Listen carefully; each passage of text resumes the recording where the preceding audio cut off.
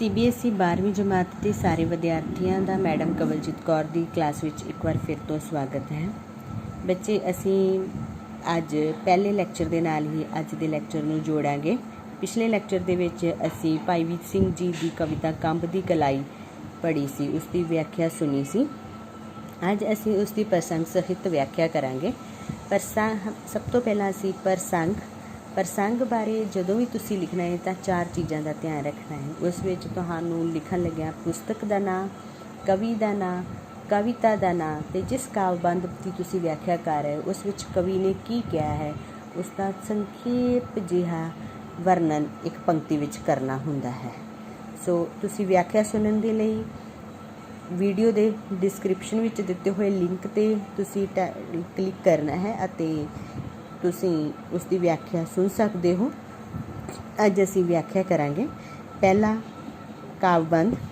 ਸੁਪਨੇ ਵਿੱਚ ਤੁਸੀਂ ਮਿਲੇ ਅਸਾਂ ਨੂੰ, ਅਸਾਂ ਧਾਗਲ ਵੱਕੜੀ ਪਾਈ, ਨਿਰਾ ਨੂਰ ਤੁਸੀਂ ਹੱਥ ਨਾ ਆਏ, ਸਾਡੀ ਕੰਬਦੀ ਰਹੀ ਕਲਾਈ।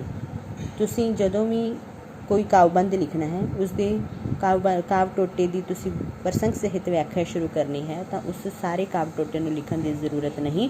ਤੁਸੀਂ ਕੇਵਲ ਉਸਦੇ 2-3 ਪਹਿਲੇ ਸ਼ਬਦ ਅਤੇ ਉਸ ਕਾਵਿ ਟੋਟੇ ਦੇ ਆਖਰੀ 2-3 ਸ਼ਬਦ ਲਿਖ ਦੇਣੇ ਹਨ, ਜਿਸ ਤਰ੍ਹਾਂ ਮੈਂ ਇਸ ਵੀਡੀਓ ਵਿੱਚ ਲਿਖ ਰਹੀ ਹਾਂ।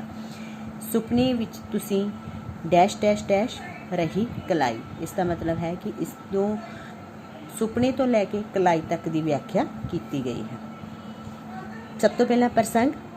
ਇਹ ਕਾਵਿ ਟੋਟਾ ਸਾਡੀ ਪੰਜਾਬੀ ਦੀ ਪਾਠ ਪੁਸਤਕ ਕਾਵਿ ਯਾਤਰਾ ਵਿੱਚ ਦਰਜ ਭਾਈ ਵੀਰ ਸਿੰਘ ਜੀ ਦੁਆਰਾ ਰਚੀ ਕਵਿਤਾ ਕੰਬ ਦੀ ਕਲਾਈ ਵਿੱਚੋਂ ਲਿਆ ਗਿਆ ਹੈ। ਇਸ ਵਿੱਚ ਕਵੀ ਸੁਪਨੇ ਦੇ ਵਿੱਚ ਪ੍ਰਕਾਸ਼ ਰੂਪ ਪਰਮਾਤਮਾ ਦੇ ਮੇਲ ਦੀ ਗੱਲ ਕਰ ਰਿਹਾ ਹੈ। ਕਵੀ ਕਹਿੰਦਾ ਹੈ ਕਿ ਹੁਣ ਅਸੀਂ ਇਸ ਦੀ ਵਿਆਖਿਆ ਕਰਾਂਗੇ। ਭਾਈ ਸਾਹਿਬ ਲਿਖਦੇ ਹਨ ਕਿ ਹੇ ਪਿਆਰੇ ਪ੍ਰਭੂ, ਤੁਸੀਂ ਮੈਨੂੰ ਸੁਪਨੇ ਵਿੱਚ ਮਿਲੇ ਅਤੇ ਮੈਂ ਤੁਹਾਨੂੰ ਦੇਖਦਿਆਂ ਹੀ ਦੌੜ ਕੇ ਤੁਹਾਡੇ ਗਲ ਵਿੱਚ ਬਾਹਾਂ ਪਾ ਦਿੱਤੀਆਂ। ਤੁਹਾਡਾ ਆਮ ਮਨੁੱਖਾਂ ਵਾਂਗ ਕੋਈ ਸਥੂਲ ਸਰੂਪ ਜਾਂ ਸਰੀਰ ਨਹੀਂ। ਤੁਹਾਡੀ ਹੋਂਦ ਤਾਂ ਸਿਰਫ ਨੂਰ ਦੇ ਰੂਪ ਵਿੱਚ ਹੀ ਸੀ, ਜਿਸ ਨੂੰ ਨਾ ਤਾਂ ਬਾਹਾਂ ਦੀ ਗਲਵੱਕੜੀ ਵਿੱਚ ਕੁੱਟਿਆ ਜਾ ਸਕਦਾ ਹੈ ਅਤੇ ਨਾ ਹੀ ਹੱਥਾਂ ਵਿੱਚ ਫੜਿਆ ਜਾ ਸਕਦਾ ਸੀ। ਇਸ ਕਰਕੇ ਤੁਸੀਂ ਮੇਰੇ ਹੱਥ ਨਾ ਆ ਸਕੇ ਅਤੇ ਮੇਰੀਆਂ ਕਲਾਈਆਂ ਕੁਝ ਵੀ ਨਾ ਪ੍ਰਾਪਤ ਕਰਕੇ ਤੜਫਦੀਆਂ ਹੀ ਰਹਿ ਗਈਆਂ। ਦੂਸਰਾ ਕਾਵਿ ਟੋਟਾ। ਤਾਂ ਚਰਨਾਂ 'ਤੇ ਸੀਸ ਨਵਾਇਆ, ਸਾਡੇ ਮੱਥੇ ਛੋਹ ਨਾ ਪਾਈ।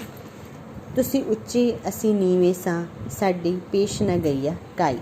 ਉਸੇ ਤਰ੍ਹਾਂ ਹੀ ਤੁਸੀਂ ਬੱਚੇ ਪਹਿਲੇ 2-3 ਸ਼ਬਦ ਤਾਂ ਚਰਨਾਂ 'ਤੇ ਡੈਸ਼ ਡੈਸ਼ ਡੈਸ਼ ਨਾ ਗਈਆ ਕਾਈ। ਇਸ ਤੋਂ ਬਾਅਦ ਪ੍ਰਸੰਗ ਵਿੱਚ ਤੁਸੀਂ ਇਹ ਕਾਵਿ ਟੋਟਾ ਤੋਂ ਲੈ ਕੇ ਕਵਿਤਾ ਕੰਬ ਦੀ ਕਲਾਈ ਵਿੱਚੋਂ ਲਿਆ ਗਿਆ ਹੈ। ਦੁਬਾਰਾ ਉਹੀ ਪੰਕਤੀਆਂ ਲਿਖੋਗੇ। ਹੁਣ ਇਸ ਕਾਵਿ ਟੋਟੇ ਦੇ ਵਿੱਚ ਜੋ ਕਿਹਾ ਗਿਆ ਹੈ ਉਸ ਦਾ ਸੰਖੇਪ ਜਿਹਾ ਵਰਣਨ ਇਸ ਤਰ੍ਹਾਂ ਕਰਾਂਗੇ। ਮੈਂ ਚੌਥੀ ਪੰਕਤੀ ਤੋਂ ਸ਼ੁਰੂ ਕਰ ਰਹੀ ਹਾਂ। ਇਸ ਕਵਿਤਾ ਵਿੱਚ ਭਾਈ ਸਾਹਿਬ ਨੇ ਸੁਪਨੇ ਵਿੱਚ ਆਪਣੇ ਪਿਆਰੇ ਪ੍ਰਭੂ ਦੇ ਪ੍ਰਾਪਤ ਹੋਏ ਸੂਖਮ ਅਤੇ ਵਿਸਮਾਦਮਈ ਮਿਲਾਪ ਦਾ ਅਨੁਭਵ ਬਿਆਨ ਕੀਤਾ ਹੈ।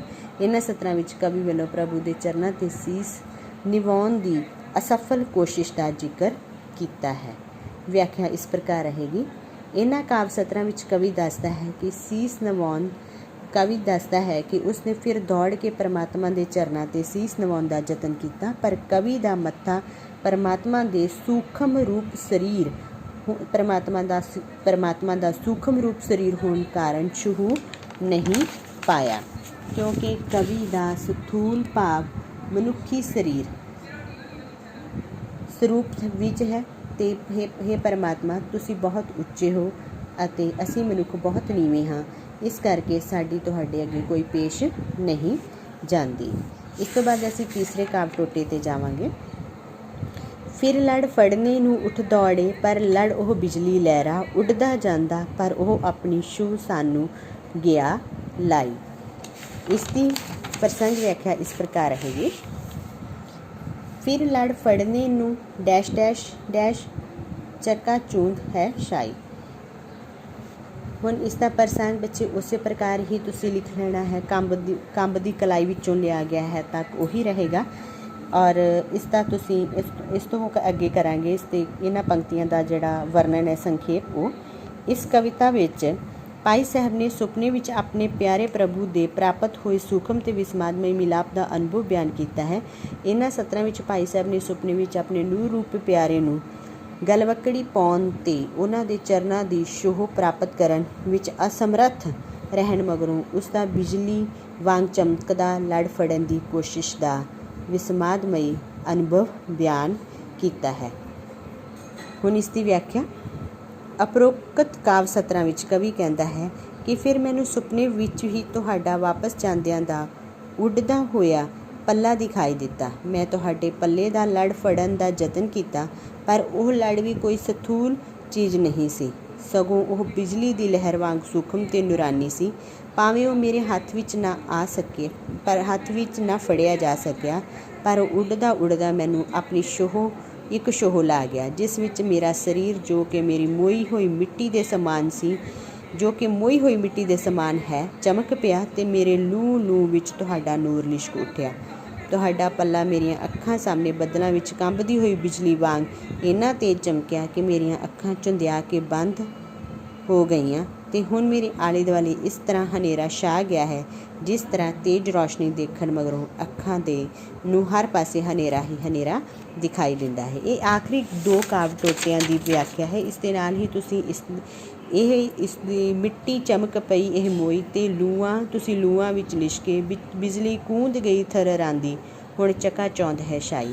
ਜੇਕਰ ਇਹ ਕਾਵਿ ਟੋਟਾ ਤੁਹਾਨੂੰ ਇਮਤਿਹਾਨ ਵਿੱਚ ਅਲੱਗ ਆਉਂਦਾ ਹੈ ਤਾਂ ਤੁਸੀਂ ਇਸ ਦੀ ਵਿਆਖਿਆ ਜਿਹੜੀ ਹੈ ਉਹ ਇੱਥੋਂ ਸ਼ੁਰੂ ਕਰਨੀ, ਜਿਸ ਵਿੱਚ ਮੇਰਾ ਸਰੀਰ ਜੋ ਕਿ ਇੱਕ ਮੋਈ ਮਿੱਟੀ ਦੇ ਸਮਾਨ ਹੈ ਚਮਕ ਉੱਠਿਆ। ਇੱਥੋਂ ਤੁਸੀਂ ਲੈ ਕੇ ਅੱਗੇ ਵਿਆਖਿਆ ਕਰੋਗੇ। ਉਮੀਦ ਹੈ ਕਿ ਤੁਹਾਨੂੰ ਪ੍ਰਸੰਗ ਵਿਆਖਿਆ ਸਮਝ ਆ ਗਈ ਹੋਵੇਗੀ। ਇਸ ਸੰਬੰਧੀ ਤੁਹਾਨੂੰ ਪੇਪਰ ਇਮਤਿਹਾਨ ਦੇ ਵਿੱਚ 5 ਅੰਕਾਂ ਦਾ ਪ੍ਰਸ਼ਨ ਪੁੱਛਿਆ ਜਾਵੇਗਾ। ਤੁਹਾਨੂੰ ਕਵਿਤਾ ਭਾਗ ਵਿੱਚੋਂ 2 ਕਾਵਿ ਟੋਟੇ ਦਿੱਤੇ ਜਾਣਗੇ, ਜਿਨ੍ਹਾਂ ਵਿੱਚੋਂ ਤੁਸੀਂ ਕਿਸੇ ਇੱਕ ਦੀ ਪ੍ਰਸੰਗ ਵਿਆਖਿਆ ਕਰਨੀ ਹੋਵੇਗੀ। ਸੋ ਵਿਦਿਆਰਥੀਓ, ਬਹੁਤ ਹੀ ਮਹੱਤਵਪੂਰਨ ਪ੍ਰਸ਼ਨ ਹੈ। ਇਸ ਦੀ ਤਿਆਰੀ ਦੇ ਲਈ ਇੱਕ ਲੋੜੀਂਦੀ ਮਦਦ ਕੀਤੀ ਹੈ। ਲੋੜ ਪੈਣ 'ਤੇ ਜਾਂ ਕੋਈ ਚੀਜ਼ ਸਮਝ ਨਾ ਆਉਣ 'ਤੇ ਤੁਸੀਂ ਕਮੈਂਟ ਬਾਕਸ ਵਿੱਚ ਜਾ ਕੇ ਆਪਣਾ ਪ੍ਰਸ਼ਨ ਰੱਖ ਸਕਦੇ ਹੋ। Thank you. ਸਤਿ ਸ਼੍ਰੀ ਅਕਾਲ।